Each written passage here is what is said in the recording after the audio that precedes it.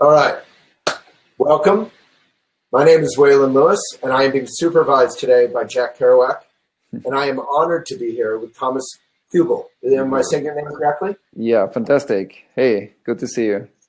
Good to see you. It's an honor to be here. So, first of all, you're a mystical teacher. And, in the West, we don't really know what that is or even think about it that much. We have our occasional cartoons in the New Yorker where someone climbs to the top of the Himalayas and says, asks a question.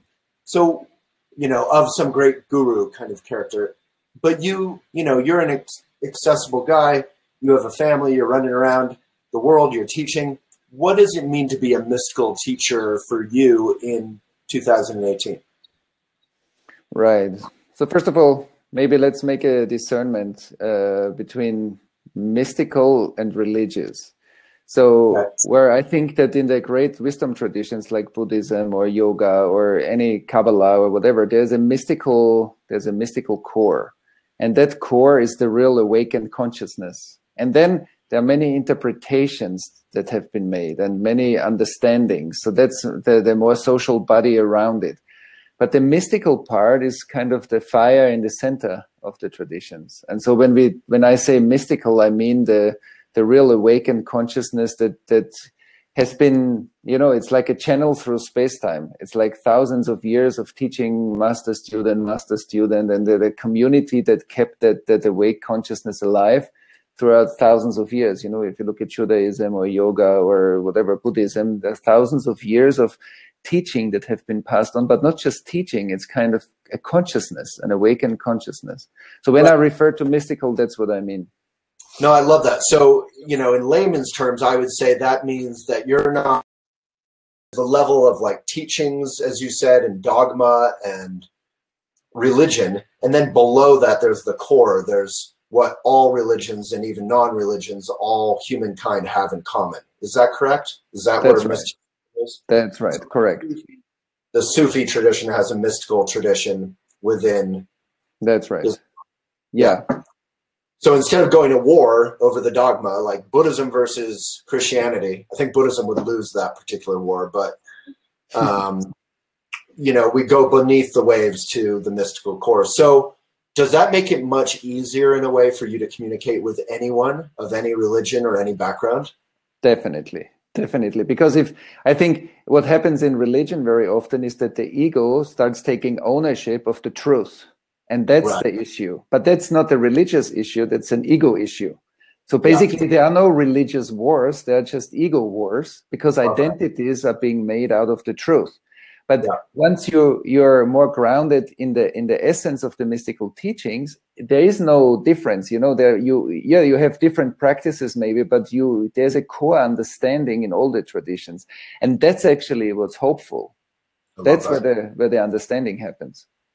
Right now, there's this huge article on elephant in the yoga community, and people are literally, it's so sad, but also kind of funny in a sad way. People are literally attacking people on different sides for attacking. They're saying, how dare that other side attack and say evil, awful things. These people are evil and awful. So it's just, ego tends to just make war endlessly. That's even with good intentions. That's right. And then we abandon what we don't want other people to abandon, and then we are in the same soup anyway. Yeah, that's right. Yeah. So let me ask pluralism. Oh, sorry. Go ahead. That's pluralism. That's the shadow of pluralism. Yeah. Okay. Say more about that. No, that's when, like the equality, when we say we are peaceful, but actually we are attacking people who are not peaceful, then we are also not peaceful. So that's not the way. So that's kind of a shadow. Yeah.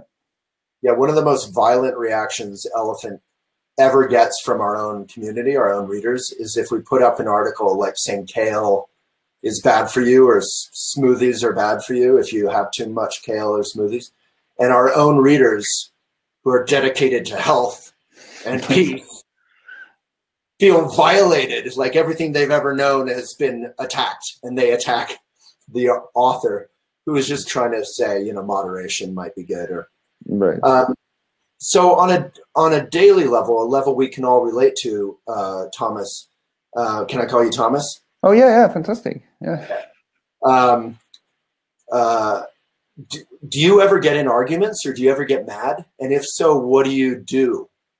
How does your mysticism or your meditation, your background inform that? I mean, basically, do I get ever mad? I think sometimes we end up in arguments, like my wife and I, if we don't agree. And I think then I do the same what I teach, basically to come back to and see what's my part in the argument, and then to see if we can take it apart from there. And also I think one training is literally to be able to be in an argument and not reject an argument as such as good or bad, but to really relate to it.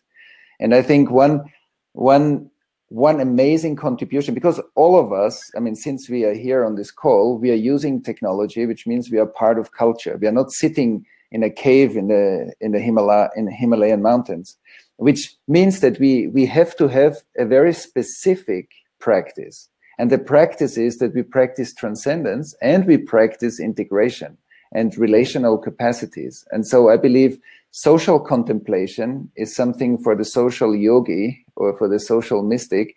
Relationship is or relation as such is a very important presence practice.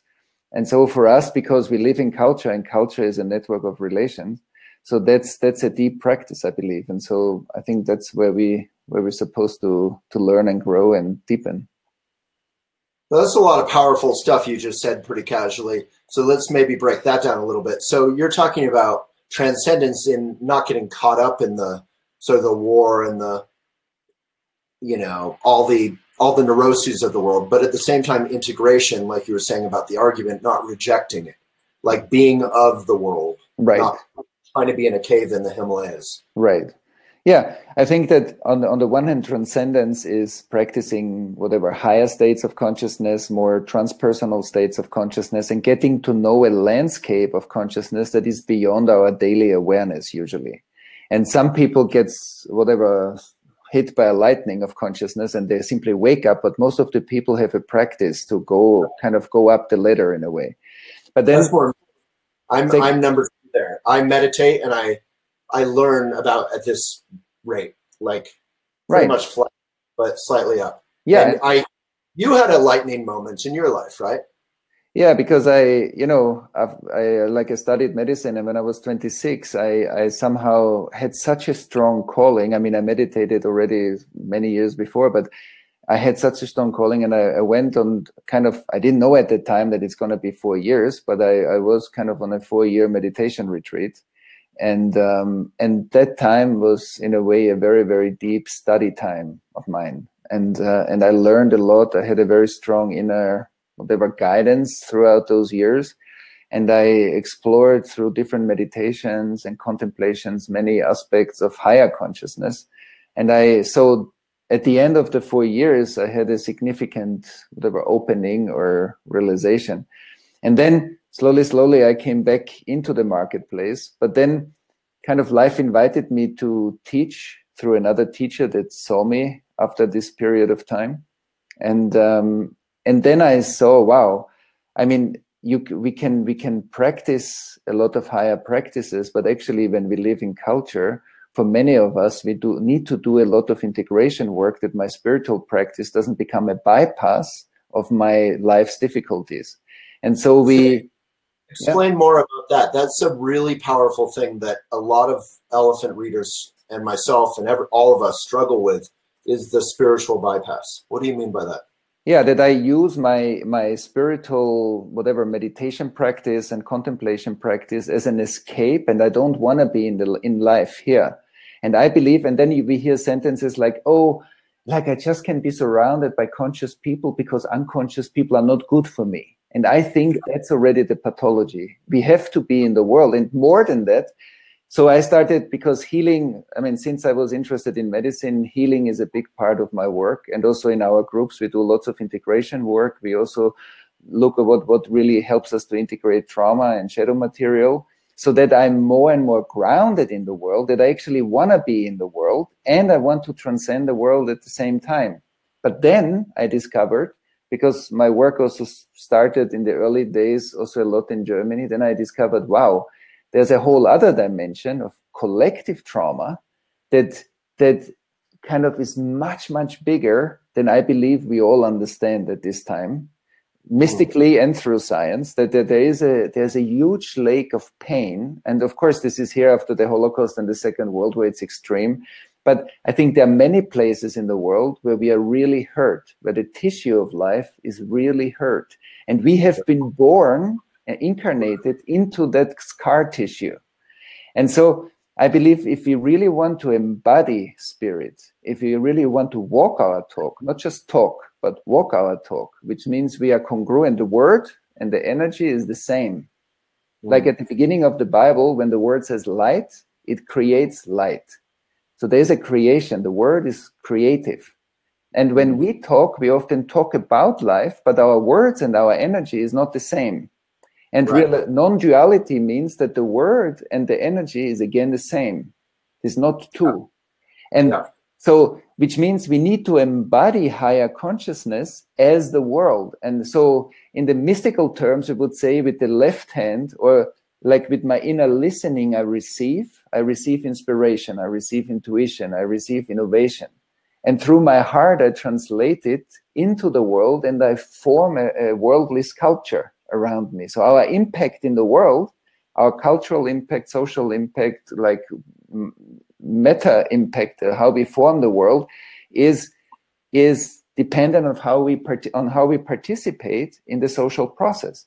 And since all of us here are cultural yogis or yoginis, and we are cultural mystics, so we have to learn how to do that. And this means that it needs to run through our nervous systems. It needs to run through also our ancestral tree, our collective histories. And then we see that awakening and enlightenment is not just a personal issue. It's not just about me, because I am composed of so much history. Actually, every one of us is in a way a stream of light, a will to live. The will to live goes back hundreds of thousands of years. So our bodies hold the wisdom of hundreds and millions of years of lifetimes, having lived until we are here right now on this call. And all the information sits in us, genetically, socially, whatever, transmitted from one generation to the next. And I believe that's truly exciting, that it's not just my body. I believe life handed over a pearl to us, like a biocomputer that life worked on for millions of years. And it said to these few generations that are alive right now, life in a way said, here, handle it with care. All what I ever developed is in your hands. And this is us. It's in our hands. The electricity of my nervous system flows through hundreds of thousands of years of refinement of life. And I believe that's sacred, that life in itself is sacred. And I think we are supposed to create the world, not run away from the world through our spiritual practice, but to transcend what life gave us as a gift and live it like with value. And I think that's amazing. Yeah, well, thank you for that. That's beautiful. It's beautiful not just in the words and how you explained it, but the sentiment, which is most important, is that spirituality isn't escapism. On some level, it allows you to escape from your suffering, but it, as Winston Churchill or someone said, the way out is through. So you engage, and in the Buddhist world, we would say that's the bodhisattva path. You want to be a benefit and serve the goodness of the world and help. Allen Ginsberg has this beautiful, the Beat poet, said, to ease the pain of living, everything else drunken dumb show, meaning our only purpose here is to help and serve others, because there's so much pain, you're right, so much trauma. That's right. And how do you deal with that heartbreak, that depression, and that when you think about climate change or prejudice or the Holocaust or whatever is going on, it can be personal trauma. How do you engage with that? Mm. Yeah, I think exactly as you said. I want to say one more thing to what you said before, is the beauty. I totally believe that when we live in the marketplace, we have to engage in the world. That's a vow.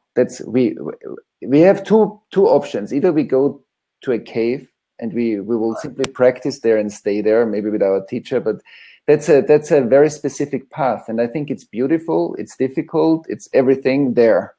And then we have the path here. And once we decide to be here, and since we are not sitting in a cave, we decided to be here. So as long as we are in culture and we are using the facilities of culture, like right now, we have to engage. And there are only two ways, I believe, when we understand the mystical teachings, we understand and how energy works and how creation works. And so when there are two ways to, in a way, transmute or transform pain or suffering or the past. The past is the residue of the leftover, in a way, of all the experience that couldn't be processed and digested. And so when we say either I go through recurrent experiences, I recreate the same things over and over again. So I come from the past and I drive into the past. So the trauma of the past has a high likelihood to be recreated in tomorrow, but then tomorrow is the past, not the future, because tomorrow is a recreation of the road behind us. And then the true liberation is that we engage, and because we are incarnated, because we are in a body, we have the power to transform karma into light, into realization, into insight. And so when I saw, I came about it in a way by accident, if you want to say it that way, because in my groups, collective trauma material, especially here in Germany, came up again and again and again. And at the beginning, I was there, oh, what is this? And after some times, I started to study this. And after some time, we did big events, like with many people to work on bigger parts of the collective trauma. And then once my wife said, Thomas, I think you need to create an organization and like a global organization. So we did that. We created a non-profit, and now we have already people from 39 countries in a training program on collective trauma integration. And what I saw... Just real quick, Thomas, on that note, you have a free seminar that's coming up, right? About the mystical compass. Right, yeah. We should mention that. So people can click in the comments if you want to register for that. And I believe it's free, right? Yeah, it's free. It's a free online call, about kind of our inner GPS. And maybe we can talk a little later about it. And so what I saw there in this training program, which happens in Israel at the moment, and I believe that the depth of the undigested pain and scars in the world is way bigger than we imagine. And I tend to say that there is a pain that screams, and then there is a pain that doesn't scream anymore. And I believe we, as spiritual practitioners, we have to engage in the world in a way that we can bring light, compassion, clarity, presence, relation, restore the relation where the relation has been hurt the most. And so if my spiritual practice equips me to talk to my neighbor, to talk to my team, to be part of the country and the global, enables me to be a deeper and better global citizen, then I believe our practice really transforms something inside of me. And then I transmit this in the way how I create my life. And so what I feel is that, because you asked me how I deal with it, is that the clearer I am about my own trauma history, my own resonances, and the more I take care of it voluntarily, and I clear it in my own energy, the more I'm of service in the world. And even amidst the deepest pain, we can be compassionate, but we won't drown in it. We will bring compassion and presence into it. And I think that's a calling for all of us. Like, how do we relate? We cannot neglect, because then we say, oh, we unify, but we don't want the pain. No, we have to have the pain, because that's where love spreads. When we are anyway together, where we understand each other and where we are lovely with each other, that's already the effect of love. I believe love happens where it's difficult for us. We make a step, and we expand our kind of land of consciousness into areas that we excluded before. That's when love expanded on the planet. Yeah. Thank you. Yeah, a lot of I call it gated community spirituality, which is kind of what you're describing, the spiritual bypass, where you try to push out pain or homelessness or sickness, or death or poverty or people who don't agree with you. And you just try to keep, like, you know, fudge eclairs or something. Like, you just want to keep your nice yoga and your nice SUV or whatever, but you don't want anything troubling. And what we all discover, of course, in first love is you can have pure, wonderful love, and then before you know it, you're arguing about the dishes or something. You kind of can't get away from reality. So you have to, I love what you said, that it's in the pain that you can find compassion or love, not by avoiding the pain. That's right. It's so beautiful what you're saying, and I'm absolutely with you. And I say that we know, that we see how we try to stay clean, and then many spiritual practitioners actually, no, I don't want to deal with it because it's not good for me. I don't want to, because it somehow agitates my energy. Yeah, it's good as long as it's able to agitate our energy. Maybe there's something to look at, and maybe then I need to look at my own trauma history and integrate it so that I can be of real service and compassion. And of course, if somebody is deeply traumatized, we have to take care of our individual stuff first, because otherwise this will just create an hyperactivation all the time. But once I call myself a more senior practitioner and I say, okay, I really walk my talk, then actually it's up to spirit where I end up in the world. If I'm really of service, it doesn't matter if it moves me into a beautiful seminar center in California with organic food, or it moves me into the deepest war zone. That's actually real love. That's where the true bodhisattva vows are really being lived.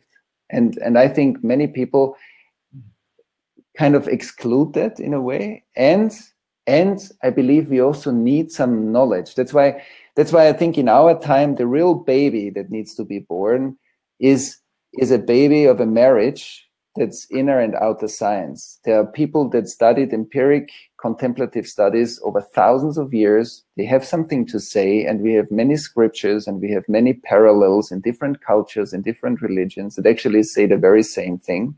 And we have a scientific age where we have so much technology and ability and science knowledge. And I think if they really have a dialogue, and the baby that is being born from inner competencies and outer competencies, when they come together as not two, I think that's going to bring a lot of liberation in our world and a lot of healing, integration, social innovation, technological innovation. Yeah. Yeah. Well, the Dalai Lama, as you probably know, has been encouraging, like Harvard and other places, to actually study the effects of meditation for a couple of decades now. And when those scientific studies, that were actually scientific studies, not spiritual mumbo jumbo, when they came out, suddenly Google and every, corporation on earth suddenly was like, we need to get our employees to meditate so they're not burning out, they're not, distracted, they're not miserable. So you're right. You immediately see the world engaging in even the military or the, children in schools engaging in how to feel their own hearts and how to come back to the present moment and still, instead of getting lost in fear and aggression. That's right. That's right. And I mean, in our training programs, we also did an fMRI study with the university here, and it's amazing. I mean, it actually says, and the funny thing is, we need a kind of a science stamp for things that we anyway knew already thousands of years to be good. And I think the next big wave is that we understand that collective trauma holds so much energy of humanity's evolution. There's so much interference in humanity's collaboration. We see it also with climate change. I believe that the capacity of humanity to respond to an environmental crisis shows us, it's so slowed down that it shows us that, trauma wants to hold. That there's a function in our nervous system that has been developed over hundreds of thousands of years, most probably, where we protect the rest of the organism through a trauma response. But if a system has a lot of trauma, it will not want to change easily, because that's actually what scares us the most, because that feels like we are losing the safety that we are holding inside ourselves. And And I think we will have to attend. And the next big wave is going to be the collective trauma discussion. That's going to make revelations in medicine, in psychology, in therapy, in healing, in social sciences, and in many, many things. I believe there's a lot of energy that's being held outside of our waking consciousness. Not because it's super conscious, because it's so unconscious that we don't know where to look, because all of us have been born into it. We have been born into a scarred land, in a scar. And that's what we, I think, need to bring back into our awareness. Yeah, amen.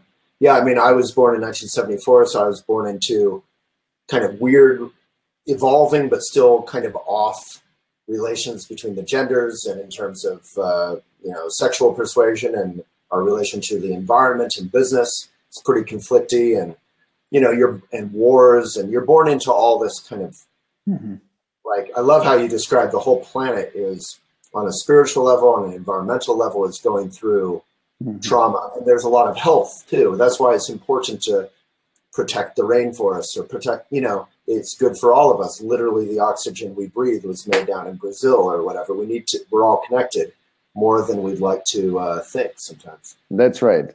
And I think one of the most important resources to heal trauma is to restore relation.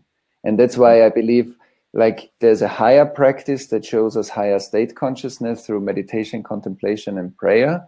And there's a restorative practice that helps us to restore the horizontal relation. That's my relation to myself, to my closest family, to the wider community, to the global community. And I think because relation is like a data connection. Once we are connected, we are related, a lot of information can flow between us. A lot of collaboration can happen. But if the data connection is disturbed, I often call this like our nervous system is kind of like the higher organizing principle of our body. And if a part of my body is traumatized, the wireless function, the central wireless, is disturbed. And then the cells in my body have mobile phones, but they have no reception, or a disturbed reception. So the whole body is not coherent anymore. And I believe the same thing we see in the social body. The social body has interferences in the kind of collective communication. And that really slows down our collaboration, our global efforts to deal with global challenges. And we have to deal with global challenges. Why? Because we live in the time that uses the very technology that we are using right now. The technological advancement, the global brain is, in a way, the evolutionary push for humanity to develop a global consciousness. And I think we are in the birth contractions at the moment to develop like a global consciousness, not just a global cognitive understanding, an embodied global consciousness. And I think that's, on the one hand, super exciting, because it's a combination of everything we learned so far in these hundreds of thousands of years of being human. And there is a new thing that's emerging. And I think I also think that the embodied use, that's why spirituality in its embodied form is so important, because the embodied use of technology is a blessing. The disembodied use of technology can be a disaster. And because if we spin off with our hurt embodiment, and we use technology to escape more and create all kinds of realities that are actually not grounded, the whole system will need to restart itself, because information will not be trustworthy anymore. Kind of a global psychosis. And on the other hand, we can have a blessing, because technology can do so many things for us that are very beautiful. When we embody technology, I think that's in a way our time. Yeah. I love that. It's like, so technology, like we're seeing automation and all these things coming, connects everyone, and it's beautiful. And on the other hand, it's incredibly dangerous. I was just at brunch yesterday and arguing with a friend. Everyone in Boulder loves to think of themselves as sort of pro technology and pro automation and pro all these things. And I was saying, what you saw with Russia and fake news and hacking elections and spreading lies in the internet, you can use the connection out of your, as you said, out of your trauma or your aggression, or you're wanting to escape and just watch movies forever or whatever it is. Mm-hmm. It's good and bad, it's just a tool. Right. And it is a tool that can either help us to integrate our shadows. When you listen to the AI discussion, all the fears that we project onto AI, all the evil that we project onto AI is exactly what we did for thousands of years as human beings. So maybe we have an external kind of mirror at the moment that we call technology that we can look into and say, okay, this fears and this kind of dark sides are our dark sides, first of all. And let's re-own those sides and then look what's the relation, because that's also going to be the answer to use technology in a positive way. Because if it supports the shadow function of our psyches and our collective, so then, as you said, it's going to be dangerous. If we integrate it, it's going to be a blessing. It's up to us.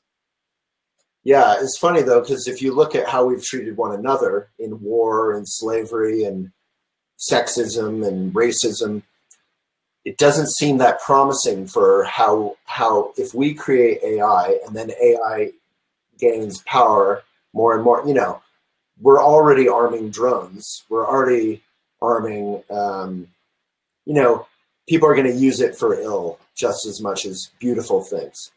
Right. So it's a larger game board for the human psyche.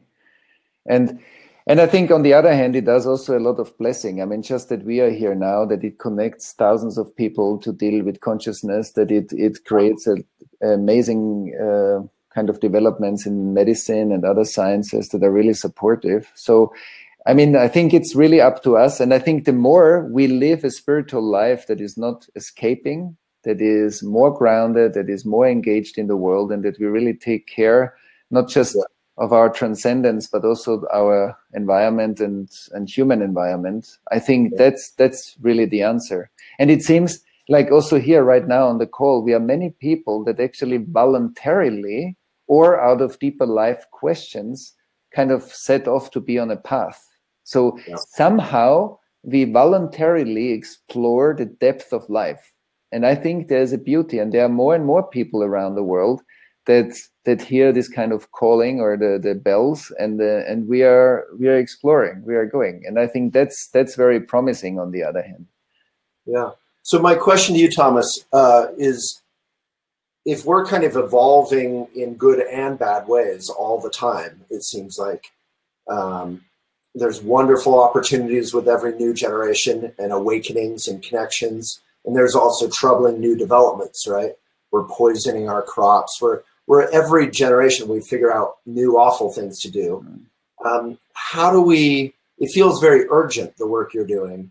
How do you make it so that it's not just 50,000 people tuning into a video or an event? How do you make it so it's something, say, everyone on earth wants to be happy? How do they connect their wanting to be happy with what you're talking about, which is mystical? It's almost hidden sometimes. Right. That's the nature of the mystical reality, is that it's hidden and that it cannot be made into an object. The nature of the divine, the nature of emptiness is not, you cannot put it into a form. That makes it harder to find. But I think that we are living in a time where the science knowledge and the inner science, the mystical knowledge together, give us the opportunity to see something that we didn't see before. This kind of collective trauma field hasn't been really explored yet. And this means that I believe it holds many, many answers that we can explore now. Why? Because we are so connected through a global brain. We are coming closer and closer to become a global village, because information travels so fast. So there is a synchronization coming up, and even more so because of technology, like same as our dialogue is spreading now around the world almost with the speed of light. So we are receiving amazing information that is innovative, creative. We are learning together. We're creating learning communities all around the world, and then connection happens much faster. Very important, meaningful things connect much faster throughout cultures. So we are transcending cultures, religions, like as far as it's possible, and information spreads.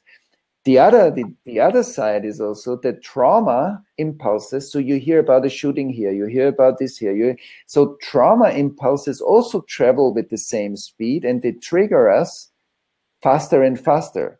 So that's why we see such a polarization at the moment in the world, because the kind of positive creative side gets boosted and the trauma side gets a boost.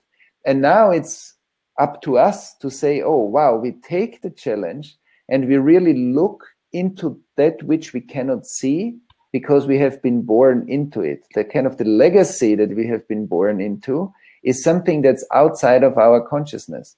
And if we, with the technology that we have today and with the coherence on the planet that we have today, we can make this visible. And I think that's gonna take off the brakes. That's gonna help us to not recreate things that we recreated over thousands of years. But it's a job, and it's not just a pleasant job, because it needs enough people that are grounded enough and present enough and really take the responsibility, like the ability to respond to the world situation seriously, and that we engage with that which is not pleasant. Why? Because we develop the abilities inside through our spiritual practice. And if that's true, because all the great saints, in a way, taught compassion, love, presence, clarity, higher connection, and all of this is actually, these are all the capacities that we need to create a meaningful world together that we want to live in. And so it's up to us. I mean, we are so blessed, the fact that we can sit in retreats, that we have the money, that we have the environment, that we have the accessibility to do all the work that we are doing, to sit in yoga classes, to, you know, to have healthy food, to have a lovely work that we enjoy. I mean, this is a very, very blessed life compared to many people on the planet.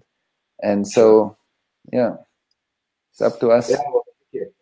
So basically, you know, we talk about whenever there's a tragedy in the world, like you mentioned, shootings, we honor the first responders. The first responders are people who have the skills to deal with unpleasant stuff, and in their day-to-day lives, they get to have a hopefully joy as well, and love, and you know, healthy food and all the things you mentioned. But when the call is put out, they respond. So we all kind of need to walk that path. That's right. Of being responders for this world. That's right. And I believe we also need to see that there are professions like medical professions, certain psychotherapeutic professions, social workers. There is a firewall that kind of, in a way, is a buffer to hold the trauma that we have in the world, and first responders belong to them. And so these people are exposed most of their days, often every day, with trauma, suffering, disease, like life difficulties. And I think people like that need a special place and support from the society. Like all of us need to support people that do this work so that they can stay healthy, that they don't burn out, that they can have fun and love and joy in their life. And it's a cultural design question. And I believe actually that our health, like that the global immune system is hurt. And so we see this in major conflicts. We see this in the way how the health system is funded, that it seems like things are out of sync. And it's our kind of responsibility to create a system that honors the self-healing capacity of the system, which is an individual, like my immune system and my vitality and chi and life in alignment.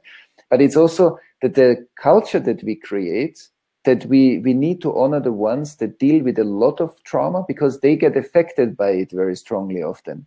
And so they need the skills, they need the knowledge, but they also need the cultural support in order to do their work well and for many, many years with joy. And the burnout rates and the health issues and the suicide rates in the health system are very high, because that's not really functional yet, I believe. Well, thank you, Thomas. It's such a pleasure to talk and to connect, and I'd love to do more of this. For anyone who's inspired, I know I'm inspired personally. I'd love to, you know, come do your Mystical Compass course. I think the link is in the comments. Is there anything else? Yeah. CJ has a question. So yeah, this is, I think, so you talk a lot about how technology affects us and how we can work with it in a mindful way or something. Right. So Donald Wytech has a question. How is technology affecting the spirit of our children? Good and bad, I would assume. At which age are children able to deal with smartphones, tablets, TV, et cetera, et cetera, et cetera? There's so much now. How do you deal with that as a father?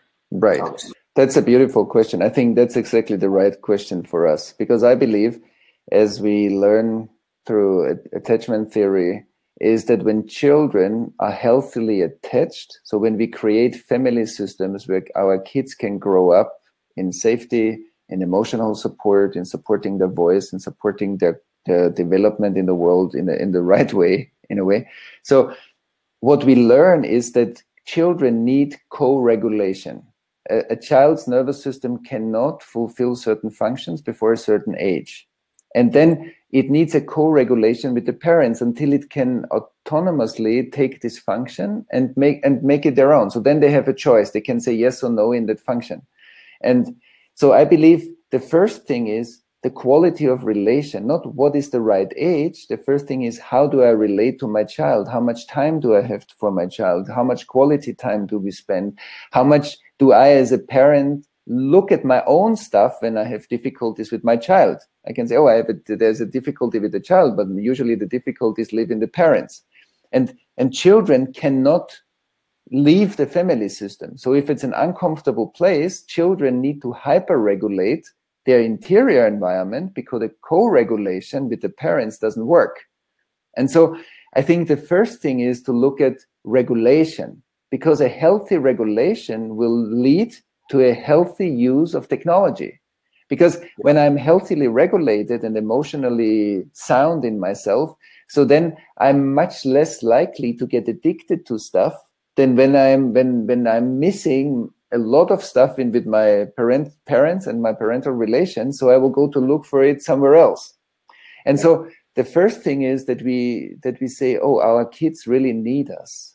Parenting is a spiritual initiation. Parenting is creation working through our bodies. That's the closest participation in the creative process of the universe, through our bodies. And I think once I understand this, then I say, wow, as a practitioner in culture, parenting is an initiation, because suddenly I'm not just on my own. I'm not just doing what I like, because suddenly I need to take care of another human being. I need to devote time if I want it or not. I have a responsibility. That's beautiful, because that's ego transcendence. Real parenting teaches us a lot about not being so selfish anymore. Even the spiritual path for many people is a very selfish endeavor. It's all about me, about my wellness, about my relaxation, but that's not what the mystical teachings teach us. We often need relaxation and wellness because our world is hyperactive, and relaxation is the natural counterbalance, like it's the balancing in the system. That's not yet the spiritual practice. And then when I dive deeper through mindfulness, I actually dive into this. Mindfulness is the gate into the mystical moment. And here the secrets of life, the secrets of reality get revealed to us. And that's what was hidden in many mystical traditions, because most of the people's interior are not prepared for that to appear. It's not that it was hidden because it was hidden. It was hidden because the coherence functions in our nervous system couldn't grasp that part of reality. And right. so... Yeah, in Buddhism, Thomas, in Buddhism, they call it self-secret. No one's making it secret from you. It's just self-secret. You have to be able to dive, and you don't. We don't. That's right. And once you are able to dive, you also meet the right teachers that will teach you the knowledge that you need, but it's not hidden. It's just deeply in the core of life. And so we need to get into our core in order to hear the mystical teaching. And that's why I think that first, that the relational capacity that if we create meaningful and healthy relations with our children and we support them in growing their own voice, that's in a way the best prevention. And then we also have a healthy feeling of how much technology is possible, because I don't think it's a clear cut for everybody. It kind of varies a bit. And some children need it more because of their intelligence that they develop, and some children need it less. But I think when the relation is right, the rest will follow. And when the relation is hurt, so we need to take care first of the relation and then of the use of technology. Yeah. But I think parents need to be a regulating factor until that regulation can be taken over by the child or by the young person, him or herself.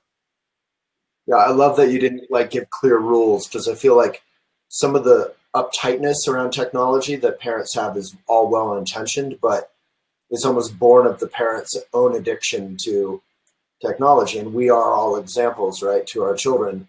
And if we're driving around, like I just met a friend who's a wonderful, mindful person and everything, but you know, she was proud of like, I was in LA just a few days ago, and she drove out to meet me in Venice, and she had done phone calls the whole way, you know, the whole drive. And if we're all multitasking and trying to accomplish and be busy and productive, and we're walking on our phones instead of looking at the trees or whatever, our children are going to learn from that. And if we're sticking our children with phones or iPads or whatever, so they'll be quiet while we're trying to just have a goddamn relaxed lunch once in a while, then we're teaching them to zone out so that we can have our, you know, that's right. We're them our bad habits.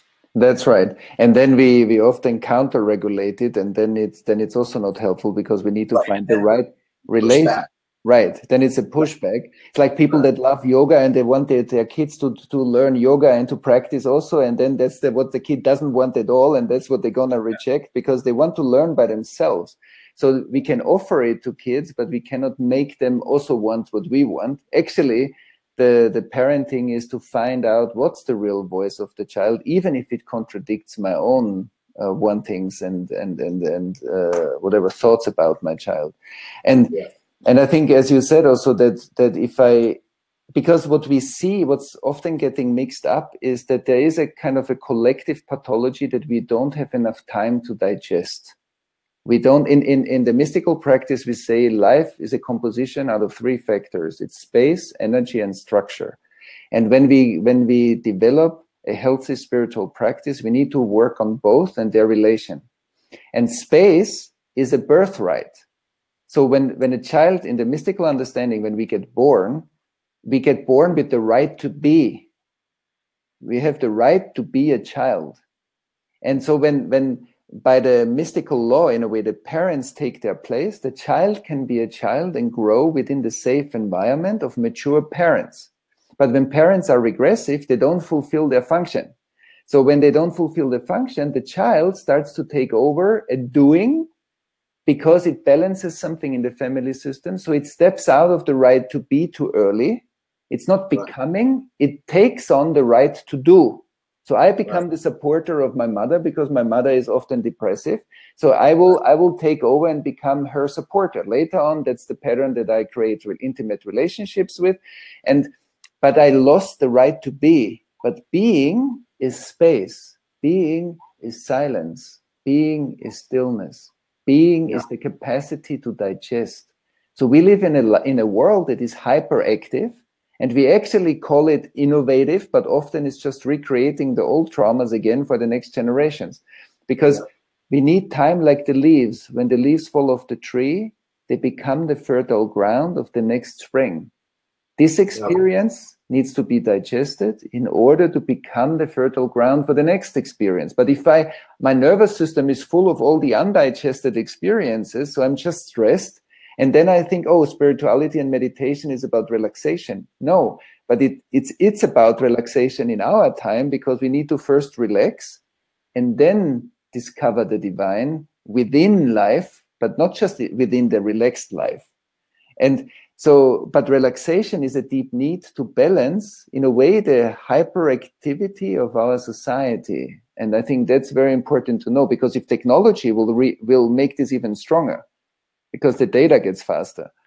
Exactly. So that's up to us. We need to be the gardeners of space in order to balance the energy, structure, and space need to be in a good balance. If not, the spiritual practice will go out of hand, and our life will not really flow well, and our relationships will show the symptoms, and then our kids are suffering from the imbalance in us. because we didn't learn to do it.